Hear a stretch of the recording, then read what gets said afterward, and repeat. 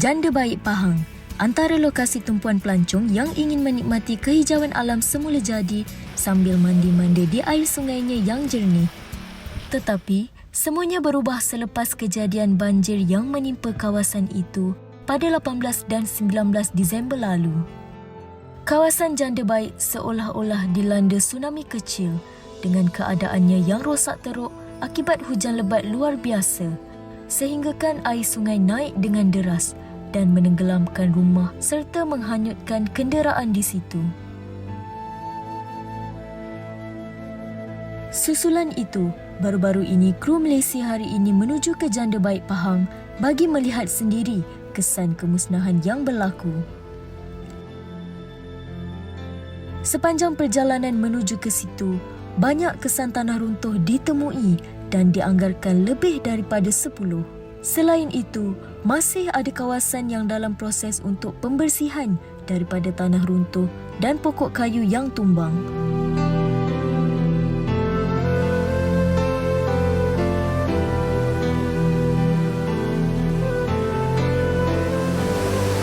Ini merupakan antara jambatan yang roboh akibat banjir baru-baru ini.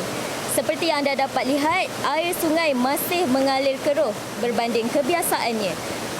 Dan saya kini berada di Janda Baik Pahang untuk melihat sendiri kesan kemusnahan akibat banjir di sini. Dan seperti yang anda dapat lihat, ini antara kenderaan yang masih tersadai sehingga kini.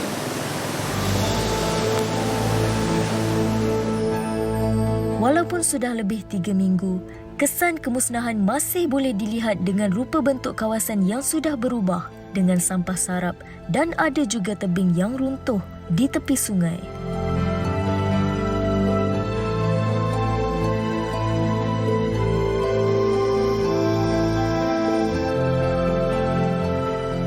Bagi pemilik pusat penginapan Mak Lang Campground, Hanifah Muhammad Rabin, sewaktu kejadian berlaku, dia sekeluarga berada di Kota Baru, Kelantan. Berita mengenai kejadian banjir pada malam itu hanya diketahui melalui rakan-rakannya. Dan sesungguhnya, selepas dia kembali melihat kawasan rekreasinya yang terjejas, ia adalah pemandangan yang meruntun perasaan. Pada mulanya tu saya sangka agak biasa sebab kita biasa naik air. Tapi tak sangka pula macam apa yang berlaku malam tu. Kawan hantar gambar cakap, ya Allah, ini orang kata luar biasa. Bukan keadaan biasa. Masa dalam perjalanan balik pun, saya satu keluarga memang kata kita reda dengan apa yang akan kita lihat nanti. Seperti yang diduga, kesan banjir pada malam itu memusnahkan hampir 80% kawasan tersebut dan kerugian dianggarkan mencecah lebih 200,000. Kedudukan kabin tu kalau ikutkan di sebelah kanan. Tapi bila masa kita balik tu, dah beralih ke sebelah kiri di mana dalam tu memang orang kata alatan untuk perkhemahan. Termasuklah life jacket apa semua, kita dah tak tahu. Begitu juga dengan Dewan, memang musnah habis. Dan gazebo daripada 11 yang berdiri, tinggal 3 je yang masih tetap berdiri. Yang lain, itulah kalau tengok kat belakang ni, habis memang di bawah air. Memang Mak Lang Campground ni lumpuh. Memang lumpuh dan kita ambil masa untuk nak bangunkan semula.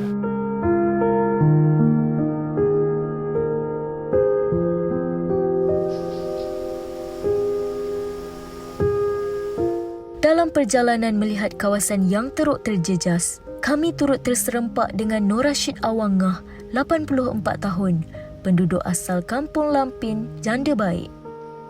Berdasarkan kisahnya, ia adalah pengalaman menghadapi banjir yang paling tidak dapat dilupakan sepanjang hidupnya. Dia yang tinggal berseorangan pada awalnya menyedari paras air sungai mulai naik kira-kira jam 7.30 malam. Ketika itu, air sudah mula melimpah masuk dan membanjiri rumahnya.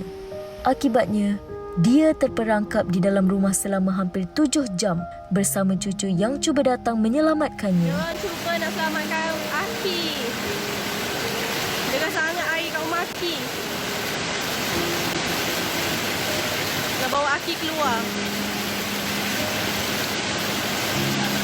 Tak boleh, berapa kali dah cuba. Air dia Ada satu cucu lah. Maknanya orang lain tak berani nak mengarung, dia berani. Dia putih kata dia menganyut. Dia tolong. Kalau tolong ni, tolong nak duduk dalam rumah, mula mana kerusi. Dah ampuh dah. Lepas tu naik ke pinggang. Ini kita nak lari atas katil. Katil apa nak atas katil pun tak boleh dah. Mengimbas kembali detik ngeri yang berlaku pada malam itu, cucunya bertindak memecahkan siling untuk mereka berlindung di atasnya. Namun, nasib tidak menyebelahi mereka apabila siling berkenaan runtuh dan mereka terjatuh ke dalam air. Dah berdapat tolak ke saya naik apa ni. Sampai kata saya elok dulu mana, pecah pula siling, jatuh. Jatuh tu dah air dah, pada kesiak dah. Duduk mana-mana. Dah lama dah dia. Naik atas sengki. Sengki duduk betul berdiri atas sengki. Dengan keadaan yang gelap gelita, dia dan cucunya menggigil menahan kesejukan air sungai yang sudah mencecah paras dada.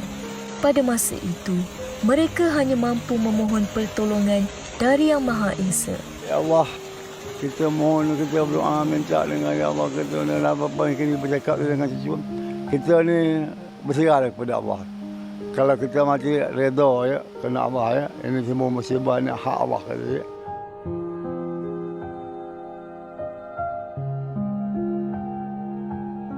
Ini hanyalah sebahagian daripada kisah yang ditemui di Janda Baik.